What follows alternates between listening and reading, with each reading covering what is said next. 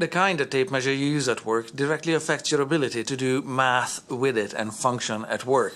In this video, I'll explain how accuracy relates to features of the tape, 10 major features I'll be focusing on that can make your day or can make your day miserable and confusing. The 10 major features will be on this sheet and we're going to follow along. I'll tell you how color and weight has to do with accuracy and how they work together. Throughout this video, I'll be focusing on features, not on brands. That's why we start with the tapes, all the branding turned away, because brands are not important. I'm not going to evaluate whether brand A or brand B produces a decent set of tapes. I'm going to be discussing features, and whether those features work for you or don't work for you, you're going to have to decide. So, throughout this video, therefore, there are no correct answers. There are just features. And the best tape for you is that causes the least amount of eye strain, visually laid out clearly for you, and is the easiest to read for you. Okay, to take accurate measurements consistently all day long. These 10 features will be covered, starting with the color. Oh, I want to thank you for watching this thing, because it's going to be about 2 minutes each, so at least 20 minutes. Let's get started. But I'll make it worthwhile for you. There's going to be some features here mentioned or listed or detailed that you have never even thought about. So let's get started with color up top of the list. What does color have to do with accuracy? Well, look at the tapes here. Most of them are yellow, black numbers on a yellow tape, but there are differences in yellow. Some are more greenish, some are more milder yellow. This one has a little bit of red in it. That one is highlighted green. So, and this one here is white tape and black numbers on white tape. So, and you can probably find one with orange blade on it and black numbers in front of an orange backdrop. So the color affects your accuracy because, for example, let's pick on this highlighter green or high visibility green here. This high vis green can either enhance your vision and help you mentally focus and can make your vision sharper to find the little lines for the fractions or millimeters, whichever the case it is, or it can make your it can irritate your eye. It can make the numbers fuzzy and moving around, and it can make reading the tape really, really hard. Okay. Some people are unaffected by color. Don't worry about it then. But some people are greatly affected by color. Okay. So consider the color. Is this color, this high vis color, is a nice color that you can stare at it all day long, or you want to choose some other tone to the yellow, or does black numbers on white background work for you, or that high vis orange? So that's what color has to do with accuracy. And the next one on the list is coating. Coating is important because most manufacturers apply a coating on the tape to prevent corrosion, because most construction is done outdoors or outside where corrosion is an issue, so that water doesn't stick to it and doesn't get carried back into the case. The tapes are coated. However, this coating causes a glare, especially visible indoors. Look at that. This section of the tape has a strong glare on it because in the classroom here we have artificial overhead neon lighting. So this glare makes the numbers hard to read exactly where you need to see them here at the bottom of this trench or this dish, because the tapes have this dished out shape. That's exactly where the glare is, where the numbers are. So this glare from this non-stick coating can totally mess with your mind and can fatigue your eyes and can fatigue you mentally. Same on this one. Coating, no coating in the middle. No coating, yes coating, no coating. Or it doesn't have a coating that has glare. I should say glare. You can see strong glare, strong glare, none on this one. Okay, so glare is an important consideration factor. Whether you use the tape outdoors or indoors, it's up to you and your line of work, but that's how coating affects accuracy. It causes a glare. Next one is font, and there are several items. that I want to point out in terms of font. One of them is size. Look at these three tapes. Big font, smaller. Just look at the number 10. Let's single out number 10. Big one, small one, even smaller. If your eyesight and vision allows you to read small numbers and you don't mind, go for it. If you want bigger numbers, you have options. Like that, you know. Some of the numbers can be big. So that's size. Now, some of the numbers are also appear to be bold-faced. Like if this was plain, that one is probably bold, or that one's definitely bold, and that one is plain as well as smaller. So that's also related to the size of font as well as type. Let me just point out that this number 10 here, the 0 one, this one is this futuristic, robotic-looking square with 4 rounded corners, whereas the 0 one, this one is the standard 0 that probably you grew up with. If this is easier and faster to read for you, this type of 0, than this futuristic, robotic 0, go with this one. If this is new and novel and engages your mind and enhances your mental focus and sharpness of mind, go for this one. You can see the number ones are also different. This number 1 on this number 10, the digit 1, looks like a 7 just in and of itself. So if you look at it without context, with covering up that one and that one, that could be a 7-7.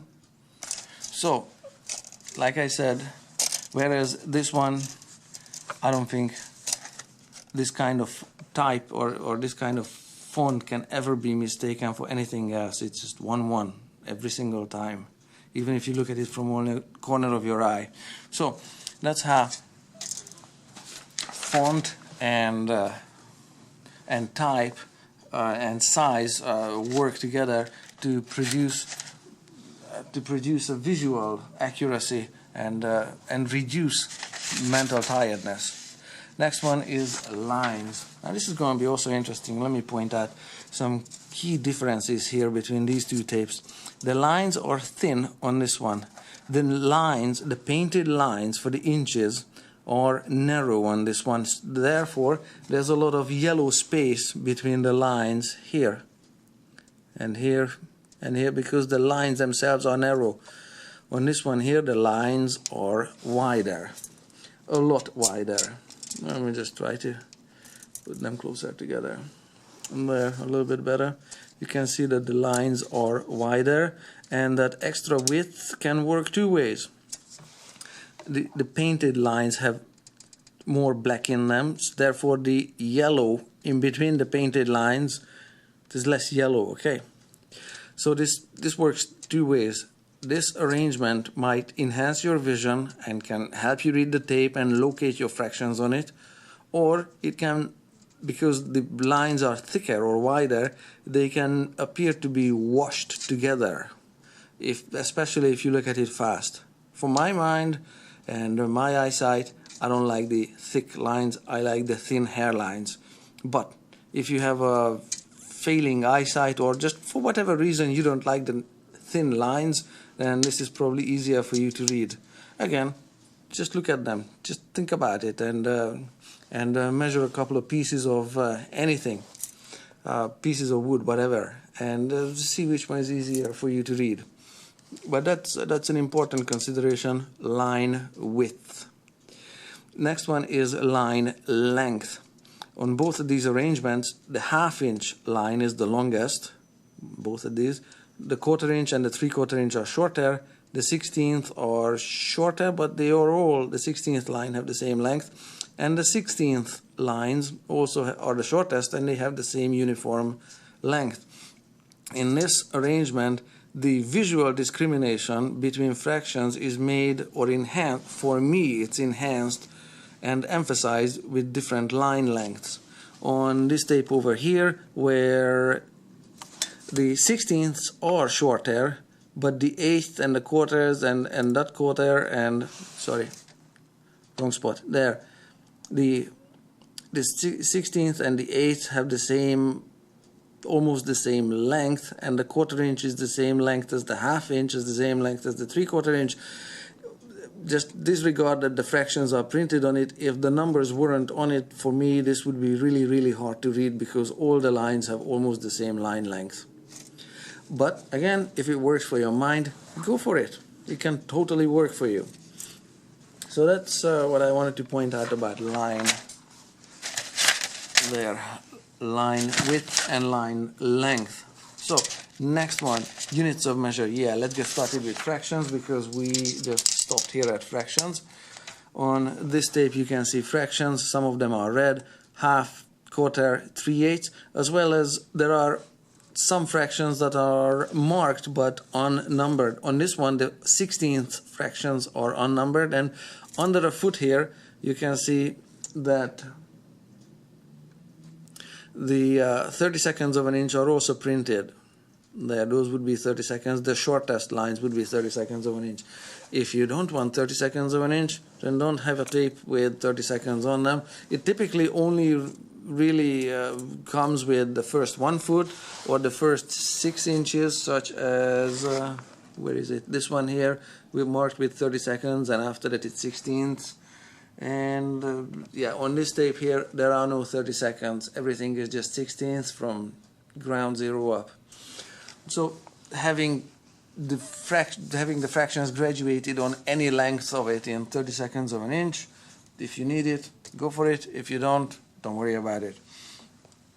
The coming back to fractions, another way to mark fractions, because here fractions are numbered in this pattern, here fractions are numbered in almost the same pattern. I'm just pointing out that the lines are longer, but there's not a lot of discrimination between 8, 1/4 or 1/2 or 3/4 of an inch. And here is this tape that works wonderfully well for some people, but for some others there's too many numbers on it. But again, the 16ths are printed on it: 1/16, 3/16, 5/16, and in between, of course, the equivalent fractions are in lowest terms, so that would be 4/16, which is 2/8, which is 1/4. So there's your quarter. So if it's too many numbers for you, avoid. If it's if this kind of fraction numbering enhances your vision and mental acuity, whatever, go for it. But again, if you need to count from that end in, then counting the fractions, so that would be 1/16, that would be 1/8, that would be 3/16. So having fractions pre-printed on it may not work if you need to read the tape backward, and why you would need to read the tape backward is coming up in just 1 minute. Okay, other than fractions, of course you can have tapes with metric only, such as this one. It's metric only, but it's double-sided, so on the other side there are inches. If you don't need inches, or if you don't need metric, just carry the one that you need. Some people need to work with both of them, so you might want to carry 2 tapes separately: one metric, exclusively metric and nothing else on it, and one with inches with nothing else on it, just inches, and they don't get mixed up. However, if you want to carry them both on the same tape, you can have it in this version where one edge is in inches, the other one is metric, or like this double-sided I pointed out. There are also double-sided in this self-retracting case versions as well.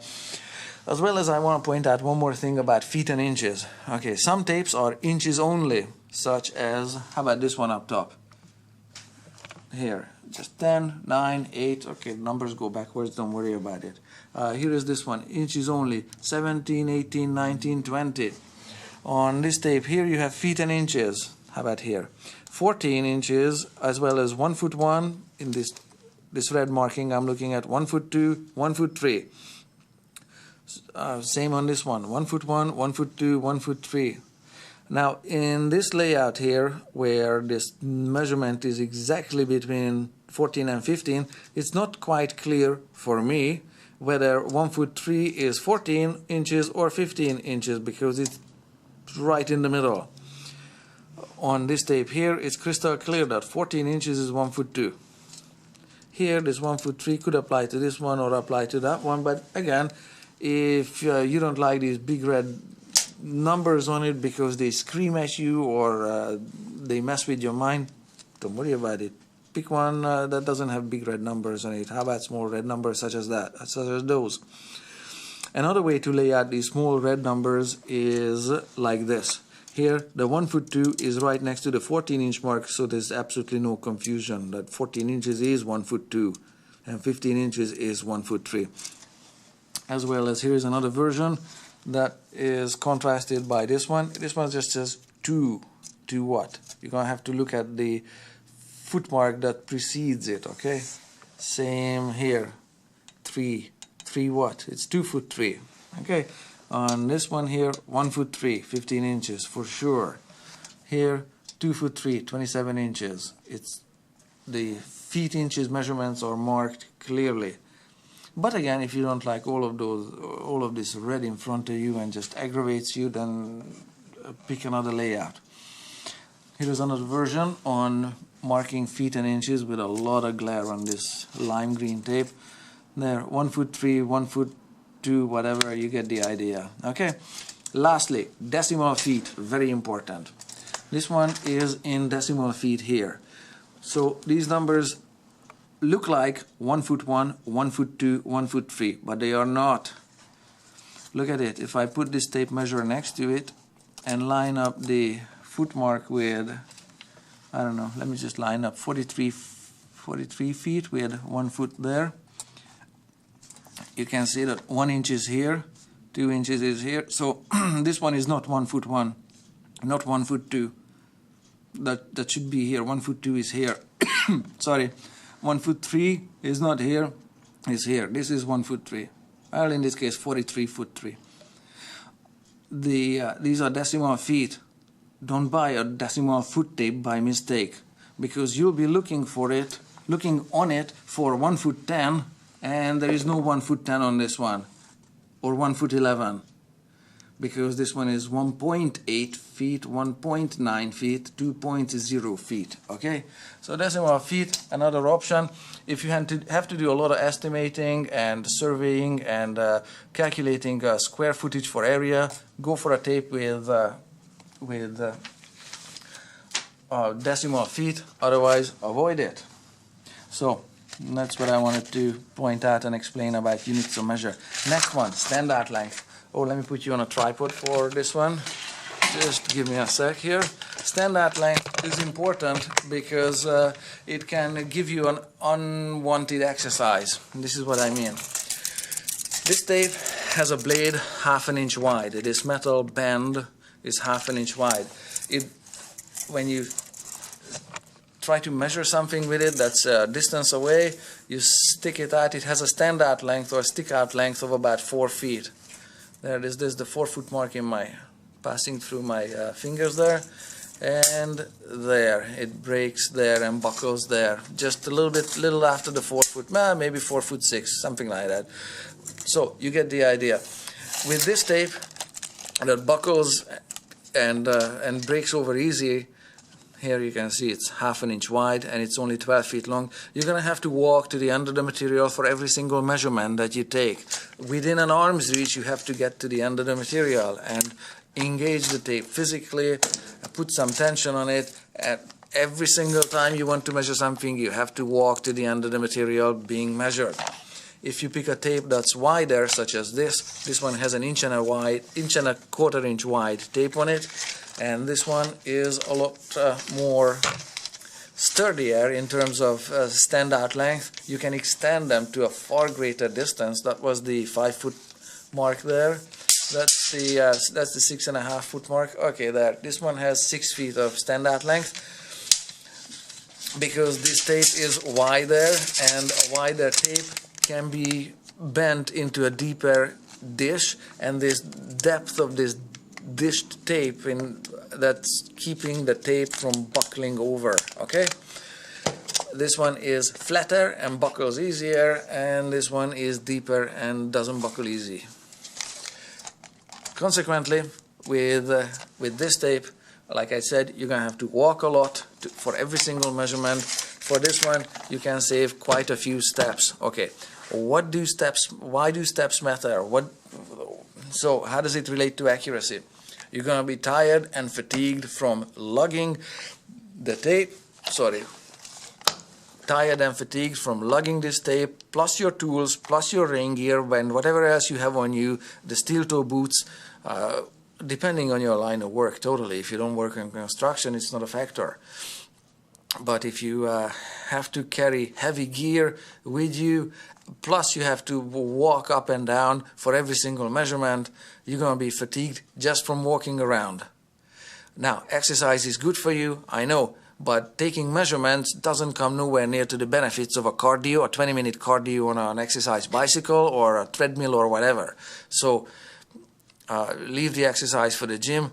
When you're at work, take accurate measurements. If you don't have to walk, and avoiding walking enhances your focus and your measurement accuracy, go with a tape that helps you avoid walking for every single measurement, and you can extend the tape from a greater distance. You don't have to walk out to the end of the material being measured. All right, so that's how the standout length relates to measurement accuracy. Next one is weight. Obviously, this one is a lot heavier than this one. Probably this one is about 5 times as heavy as this thing. Because it's also longer. Let me see, that one has its own sticker, but how about this one? This is not covered up. It's 25 feet long, so twice as long, and has a wider blade, 1.25 like I said, and about 5 times as heavy as this little guy. 5 times as heavy, yes, but you don't have to walk with it for taking measurements because it has a longer standout length. So that's how weight relates to fatigue and measurement accuracy. Next one, oh yes, left and right. Are you left-handed? Are you right-handed? Let me show you here. Most of these tapes, the numbers run from left to right like a number line in a classroom. In your standard math classroom, numbers or amounts on the left are lower and amounts on the right are higher. 12, 13, 14, 15. This works wonderfully well unless you are right-handed and you have to take a measurement, such as, how about this tape? So when you, I want a smaller one for this frame here. So if you are right-handed, you will be writing and marking the material with your right hand, and you will be extending the tape and holding the tape with your left hand. With your left hand putting tension on the line for a correct measurement, you will be writing with your right hand, and the numbers run backwards and are also upside down. So the layout of the numbers and the orientation on this tape may not work for you. There are other tapes. So if you want to lay out 22.5 inches on this one, no, let's go 20.5 because that's in front of the camera. 20.5 will be here. 20 is here, and the half more higher amounts will be found in that direction, as opposed to normal orientation on number lines where higher amounts again are here. So this is what you'll end up with, upside down and backwards.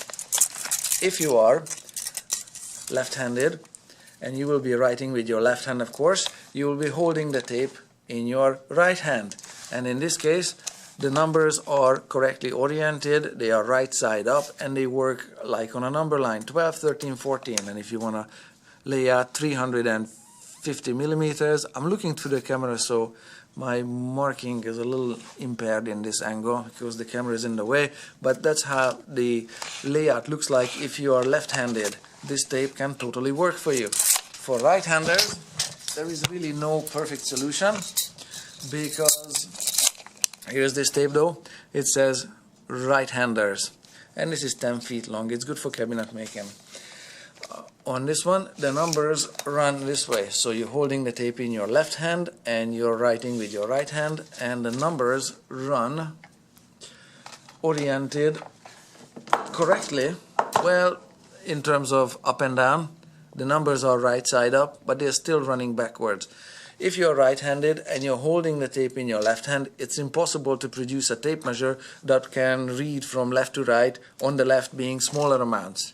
When the measurement starts on that side, that's where the tape is hooked up on a material, it can only be going backwards. So, but half the battle is done, or the numbers are reversed on it, so the numbers are at least the right side up. There, 22.5, there. Sorry, right away it's wrong, it's 21.5. So that's what I mean. If a tape confuses you, then it's not for you. If a tape works for you, then it works for you. So there's that one. That's right-left orientation. Next one, end hook, and I'm gonna be wrapping up this video here super fast. These are plain end hooks. Some of the end hooks are small, some of the end hooks are big. Small end hooks slip off just like this right away. It came off, it doesn't stay on. Here is another one with small end hook, same scenario. It's even up in the air. So you can see if the end hook, the size of the end hook is important for you. On narrow tapes, only small end hooks can be fitted. Very straightforward. On wider tapes, big end hooks can be fitted with longer lengths. Okay? If hooking onto the material is important for you, you might want to go with a bigger end hook. If it's not too important, go with a small end hook. Some of these hooks can get tangled. Like this one has these extra horns or whatever features on them. Same on this one. These hooks can get caught in gaps around doors, windows, in small crevices. If they get caught and they bend and buckle the tape and damage the tape, and then the blade breaks off here, that's not gonna make your measurement math accuracy much better, because you're gonna be frustrated or furious. So the size and shape of the end hook is also important. It affects your accuracy. Some of the end hooks are magnetic on top of it. Magnetic end hooks can get stuck to the right places, or they can get stuck to the wrong places at the wrong time. So magnetic end hooks can help you if you're working with steel, but it won't help you if you're working with aluminum, because it doesn't stick to aluminum, or doesn't stick to stainless steel, or doesn't stick to copper. All right, the list is not endless, but you get the idea. Last item on the list, and I'm not going to be abusing your patience much more, case. The casings are usually designed to have colors that are easy to see. Wherever you put the under tape measure, you can get back to it. So if yellow and black, or black and yellow work for you, good. If high-vis orange is better for you, go for high-vis orange. All of these are plastic. This has a metallic finish on it. It's plastic. Okay, some of the plastics are impact resistance. If you drop your tape or you drive the forklift over it frequently, you might want an impact resistant case, or again, you might want to just not drop your tape and not drive the forklift over it. But okay, it's, you know, it's your life. Whatever type of case works for you.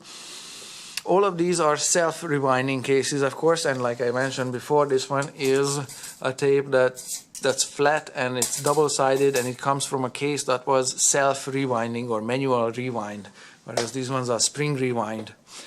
Lastly, the length of some of these cases are set to 3 inches or 3.5 or whatever, an accurate, a precise number. Not too precise, okay? It's not a precision instrument, but to a length that can help you take inside measurements. When say inside a drawer where you have to get from inside corner to inside corner, you can keep this tape inside a drawer and have an accurate measurement. Or if you like, you can just bend the tape over, because it will bend and buckle, and you can bend it into the corner and take inside measurements that way. Again, whatever works for your mind and whatever helps you. Again, least amount of eye strain, least amount of mental confusion, the least amount of confusing information and unnecessary information, and the features that work for you will work together to produce accurate measurements all day long without being too frustrated with them. So thank you for watching. That's basically the end of the list. And choose a tape measure you're happy with. Don't necessarily go for price or this brand or that brand. That's not important. Go with the features of a tape measure that you need and you're happy with.